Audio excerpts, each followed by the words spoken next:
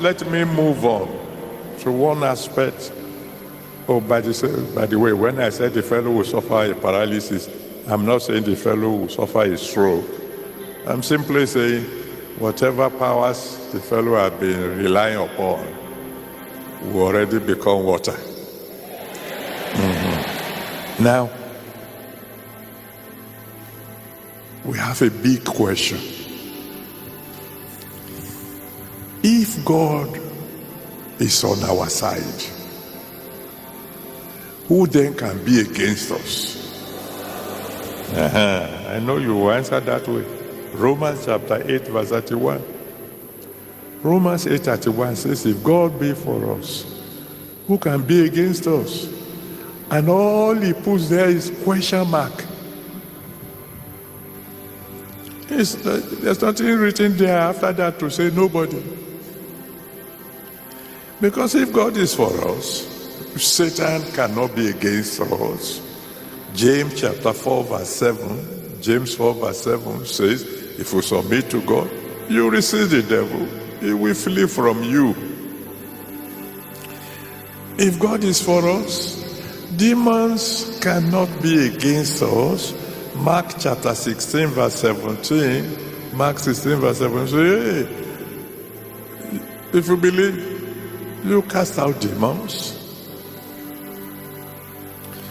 If God is for us, herbalists cannot be against us. Because Isaiah chapter 54, verse 16 to 17, Isaiah 54, 16 to 17, tells us that it is God who made all the root and herb that they say they are combining to make charms against you. And so he said, there's no weapon formed against you that will prosper. If enemies gang up against you, can they stop you? According to Proverbs chapter 16 verse 7, Proverbs 16 verse 7, the Bible says, if your ways please God, he will cause even your enemies to be at peace with you.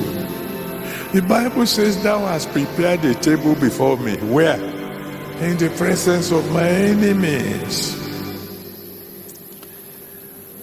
And in the same Isaiah 54 verse 17, the Bible even says, if anybody should say anything against your future, you are to rebuke the fellow. If somebody says something evil against you, you can just say back to sender. Can relatives be against you? Oh, my daughter has already spoken about that. Why don't you ask Joseph? The relatives said they are going to kill him and see what will become of his dream. At the end of the day, this he came to fall down before him. What they meant for evil, God turned it around for good. So if Satan can be against you, demons can be against you, herbalists can be against you, enemies can be against you, relatives can be against you, your boss in the office can be against you, etc., etc. Then who else can be against you? Only one person. And that's you. You're the only one who can see to it that it doesn't matter how hard God tries, that you don't want to make it. No, you can ask Samson. You know the story of Samson, so we don't need to waste time on that. God anointed him heavily, even before he was born. He came out of the womb full of power. I mean, he was able to tear a lion as if it's a little goat.